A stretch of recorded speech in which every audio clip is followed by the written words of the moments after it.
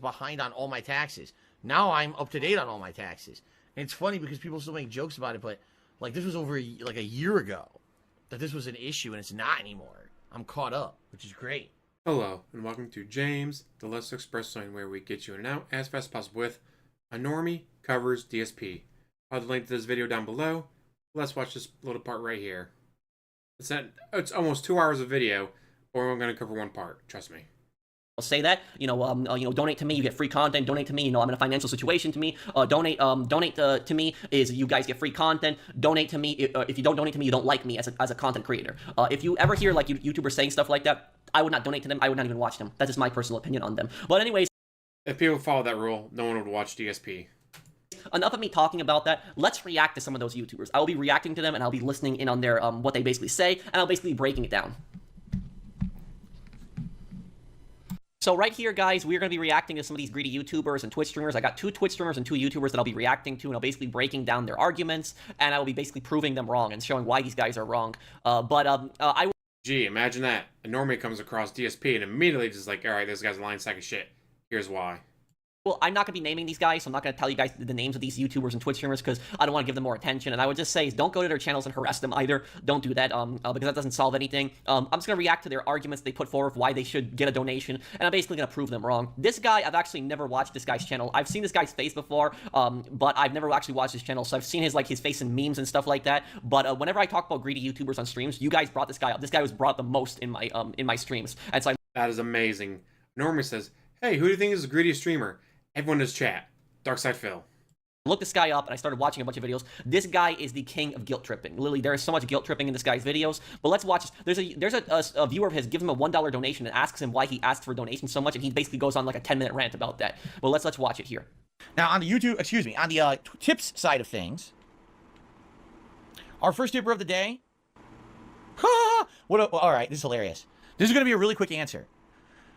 An anonymous dollar tipper, and then by the way, I should preface the question. I will preface the question by saying this. Are you ready? Ladies and gentlemen, every once in a while, this used to happen on Ask the King, and it still happens on my daily stream. Someone will make a qualifying statement and then ask me a question about it.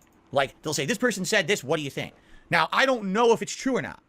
I'm not confirming or denying what this person is about to say. I can't. I don't have time to go fucking vet what they're saying here. So all I'm going to do is I'm going to read this statement. I'm going to react directly to the statement, assuming it's true. If the statement is completely false, then guess what? You can disregard the answer. You'll know my answer if the statement was true, but it's a qualifying question, meaning it has to be true for me to answer truthfully. If it was fake, then, then my answer just doesn't really mean much, okay? In fact, how about this? I'm not even going to say the name of the person. He's already talking a lot of nonsense. He's just going around in circles. What I'm going to say. Is what DSP is known for. An anonymous tipper asked the following. So-and-so said on stream the other day, it is unfair and disrespectful to put the burden on your fans to pay your bills. He said 95% or more of your revenue should be from sponsorships and ad money and not from direct donations from fans as is never reliable or dependable. It puts the onus on making fans give money for wrong reasons. Do you agree or do you wish you weren't so dependent on people's generosity? Okay? The guy who made this donation was 120% right. Is that you should not be guilt-tripping your audience. You should not be demanding donations from your audience. They are not responsible for your financial situation. The vast majority of your money should be coming from ad revenue, not from donations. That guy who donated was 100% right. But anyways, let's see what this guy responds with. So, I'm not going to say... So, that being said... who he's claiming said it, because I don't even know if it's true this person said it or not. Okay? All right? Now, I can come at this from 2 different directions. I can come at this from a direction of over 10 years ago when I was very popular on YouTube. I made my entire living on ad revenue because I was able to do so. And now I can tell you from today's perspective. Okay? From someone 10 years ago who made a living solely on ad revenue on YouTube and was able to do that. That was a great time because you're absolutely right. I didn't have to ask anyone for anything. I literally felt like I was 100% in control of the situation at all moments. I could play any game I wanted. I could do whatever I wanted. The views would come in. The money would come in. And everything was... The money would come in. Then it all fell off when you went from being the only person doing it to, oh, hey, everyone's doing it. DSP never learned. He never adapted. He never changed.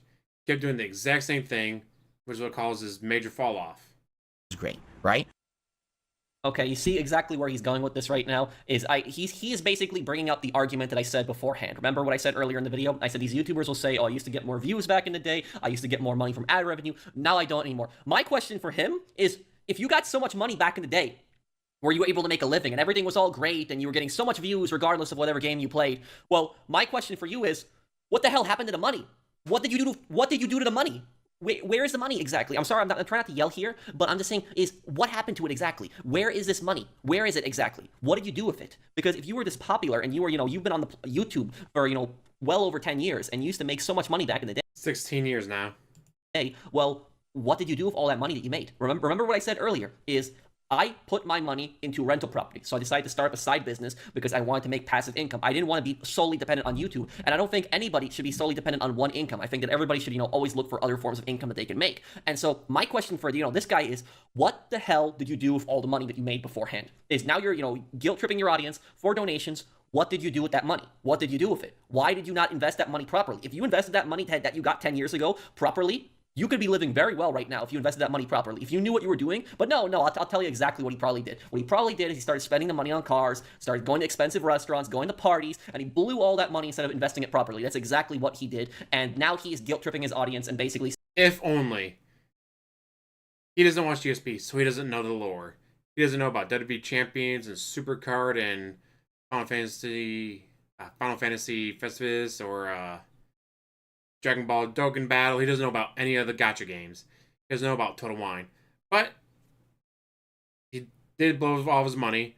And like he says, if he had invested any of it, even just put into an IRA or to a CD or anything, I'm only getting 0.5% back in interest on it.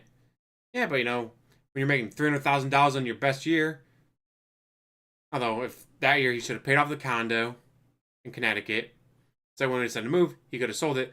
I only got $70,000. All right, well, that's still $70,000 in your pocket to spend on whatever the fuck you want. Like moving to Washington. Instead, gacha games, Total Wine, so forth. Womp womp. Like I said, I'm going to have the link down in this video below if you want to watch the whole thing. And as always, like, subscribe, comment down below, and have one hell of a day.